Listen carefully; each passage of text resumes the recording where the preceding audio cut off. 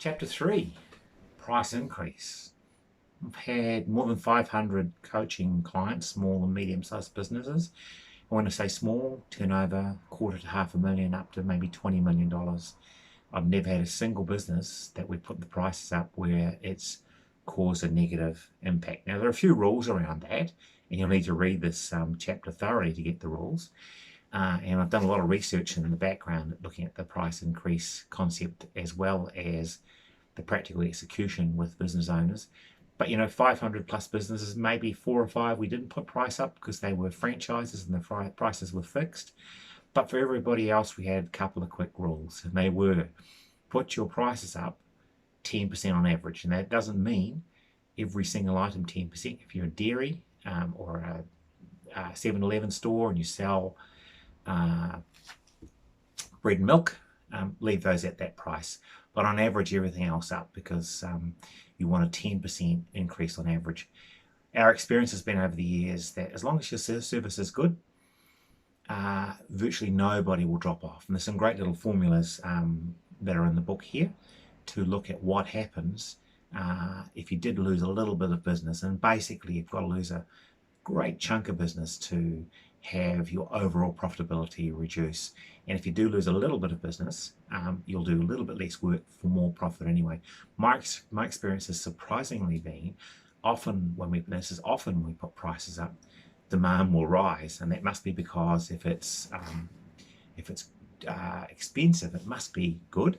If it's cheap, it's probably nasty. And there's a lot of psychological research around to show the evidence around that. If you look at Robert Cialdini's book on price increase, in the first story before the first chapter, he talks about where a jewelry shop owner asked a temporary person in the business to halve all the prices of something in a cabinet.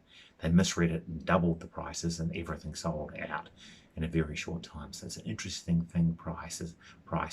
So that 10% increase we talk about, if you're chicken, go 5 and test and measure just to make sure that you're not having any major decline.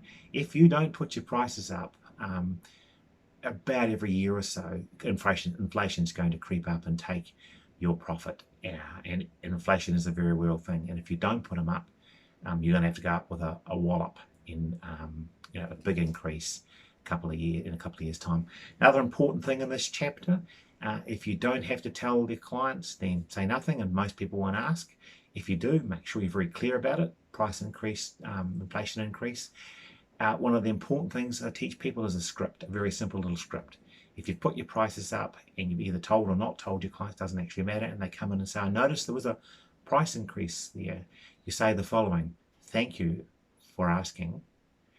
We've held prices now for, and name the period, which might be 12 months, usually should be 12 months. And with all of the increases, we've had to move a little to keep pace. That's that script.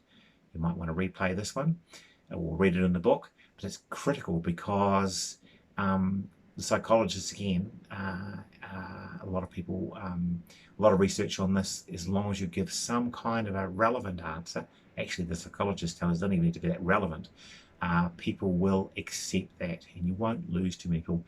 If you do lose people, they'll usually be the price shoppers or your D-class customers. So a pretty critical thing to review. It's a very, very simple way of putting a lot of dollars onto your bottom line very quickly with very little extra effort.